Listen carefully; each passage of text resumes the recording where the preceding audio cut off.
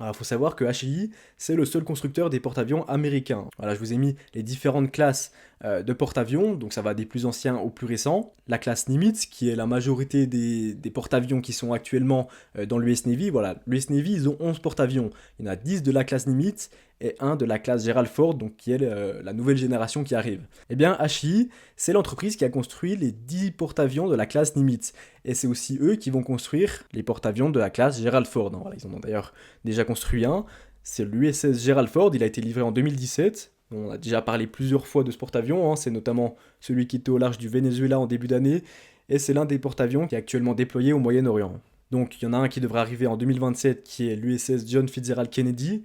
Il y en a encore deux autres qui sont en construction avec des livraisons prévues pour 2029 et 2032. Et encore deux autres ont déjà été commandés pour la fin de la décennie 2030. Voilà, c'est un gros carnet de commandes. En termes de capitalisation boursière, ils sont à 16 milliards de dollars, donc ce qui est quand même bien inférieur à BAE Systems qu'on a vu juste avant.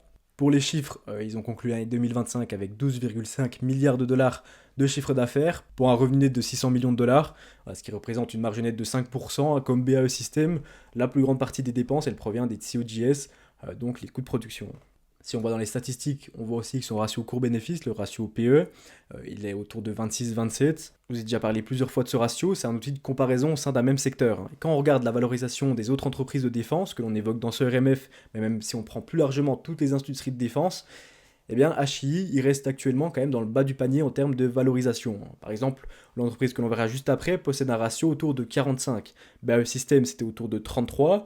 Si on regarde Lockheed Martin, c'est autour de 30. Voilà. HII, ça reste quand même inférieur à ça. Maintenant, la valorisation elle reste quand même surévaluée, alors attention avec ce terme, mais par rapport à son historique, elle n'a jamais été aussi haut. Voilà, maintenant cette valorisation, elle s'explique eh bien, par la montée des tensions géopolitiques, bien sûr. Alors au niveau de la répartition des revenus, on a environ 50% qui vient de Newport News, qui est en fait le chantier naval qui produit les porte-avions et les sous-marins nucléaires.